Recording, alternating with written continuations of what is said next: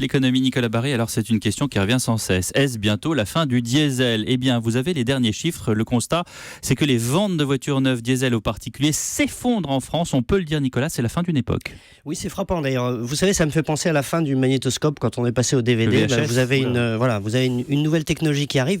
L'ancienne commence à perdre du terrain, puis il y a un moment où le marché bascule complètement.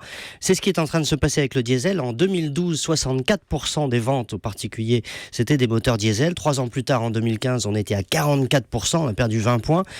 Et là, cette année, on n'est plus qu'à 38%. Les particuliers sont en train de rayer le diesel de la carte. Il n'y a plus que les flottes professionnelles qui carburent au gazole. Mais pourquoi une telle chute du diesel ? La vraie raison, je vais vous dire, elle est pas, c'est pas le Dieselgate de Volkswagen, ça c'est marginal. C'est pas non plus l'écart de prix qui se réduit avec l'essence. La vraie raison, elle est politique. Quand vous avez des maires de grandes villes comme Anne Hidalgo à Paris qui disent qu'ils veulent interdire le diesel, eh bien vous prenez tout simplement pas le risque d'acheter un moteur diesel, une voiture diesel, car vous vous dites dans 5 ans, quand je la revendrai, personne n'en voudra. Voilà, elle ne vaudra plus rien. Et c'est ça qui fait que le marché est en train de s'effondrer. 2017 va le confirmer.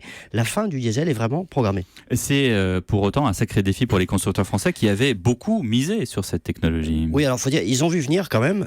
Ils ont abandonné le diesel pour beaucoup de petits modèles. Mais oui, ils sont obligés d'investir dans d'autres technologies, l'hybride rechargeable, l'électrique, etc. La bonne nouvelle, c'est qu'ils ont retrouvé des marges, donc ils peuvent investir aujourd'hui. Ils ont de quoi financer ces investissements. Mais on est vraiment en train d'assister, vous l'avez dit, à la fin d'une époque. Le diesel devient marginal, alors qu'il émet moins de CO2. On l'oublie, mais c'est le paradoxe.